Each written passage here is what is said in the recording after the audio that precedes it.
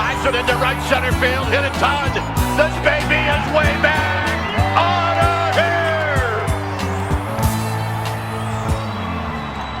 here. What's going on, everybody? Welcome back to the Humm Baby Baseball channel. And I got something to talk about really quick, and it's about the Hall of Fame and the fact that Derek Jeter did not get unanimous. And people are pissed off that somebody didn't vote for him, and they want that person found out. They want to know who it was. They are infuriated. And I am going to ask the question, is it a big deal? I don't think so, really. He's in. He's in. He doesn't care. Nobody has cared. Babe Ruth didn't care. Willie Mays didn't care. Mickey Mantle didn't care. None of them were unanimous. For whatever reason, a voter or more than one voter decided those guys were not going to be on their ballot. The reason might be strategic because they only have so many names, so they take them off because they figure they're getting in no matter what, put in someone else. Or they might just have a beef with them. They don't like them on a personal level. They're not supposed to do that, but they're human beings. And I will admit, I don't like the fact that only writers get a vote. I think the system is messed up. I think the system, there's a problem with it. I think that now, especially nowadays, we should have other factors that go into it. And, you know I'm not a big technology person as far as Major League Baseball goes, but, computers could even play a role because they know, how good a player was. They don't have a bias, whether a person was a Yankee and, big in the news and a splashy personality, like an Ozzie Smith compared to an Omar Vizquel.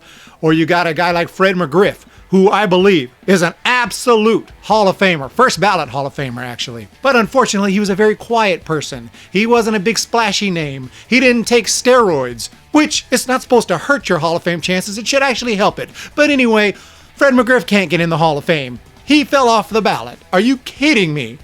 Fred McGriff falls off the ballot, and part of that is because he wasn't splashy. He was a quiet guy. He was a nice guy. He was polite. A polite guy who hit about 490 home runs, okay, and can't get in the Hall of Fame, and it's a joke.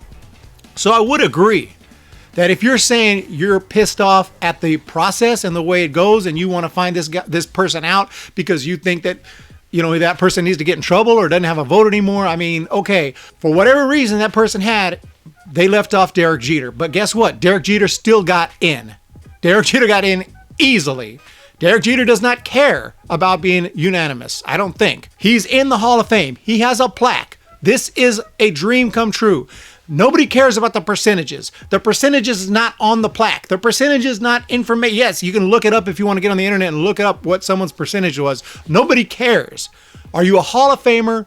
Are you not a Hall of Famer? Who cares?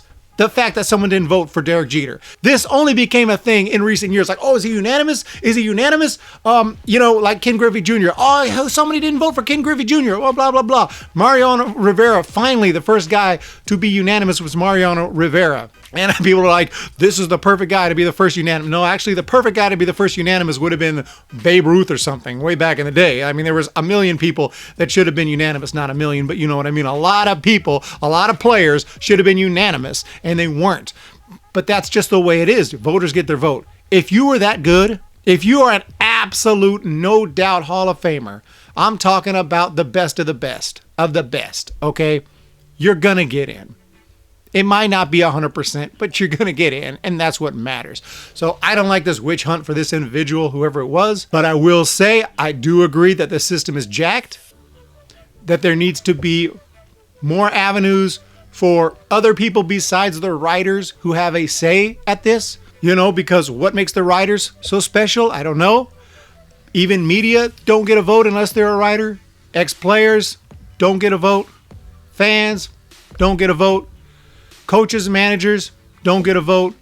Nobody gets a vote but the writers. And a lot of those writers, maybe their membership of the Baseball Writers Association and whatnot, but you know what? A lot of those writers don't even focus on baseball.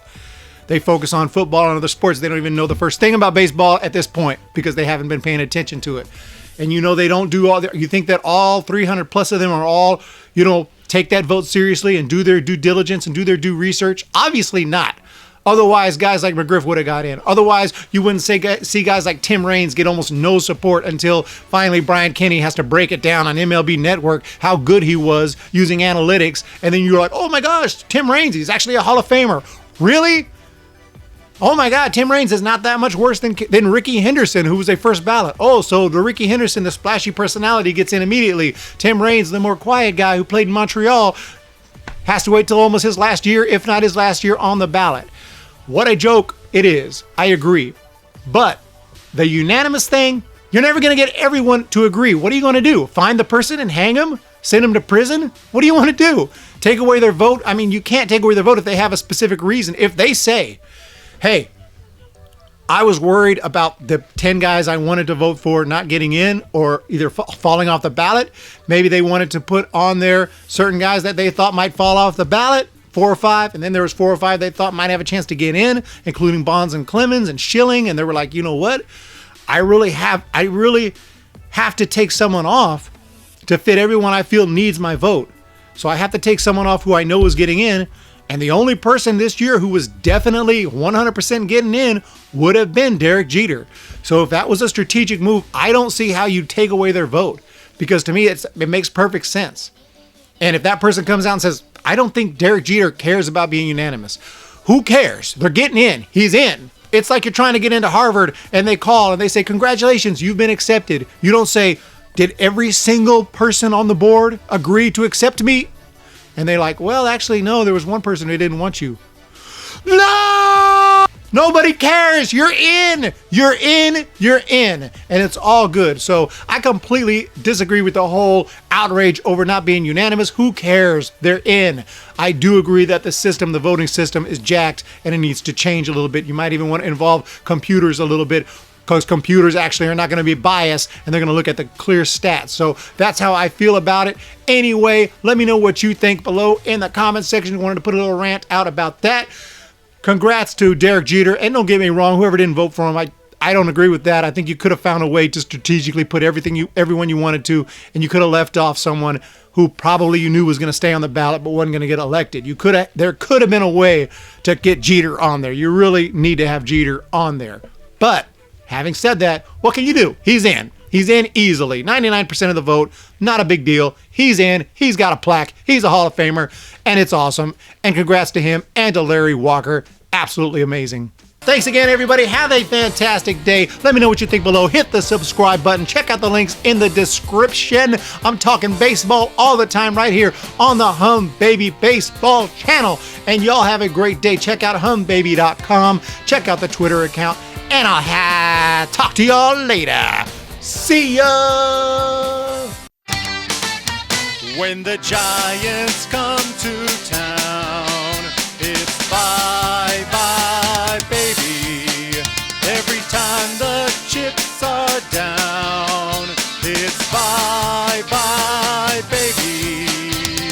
History's in the making at Oracle Park.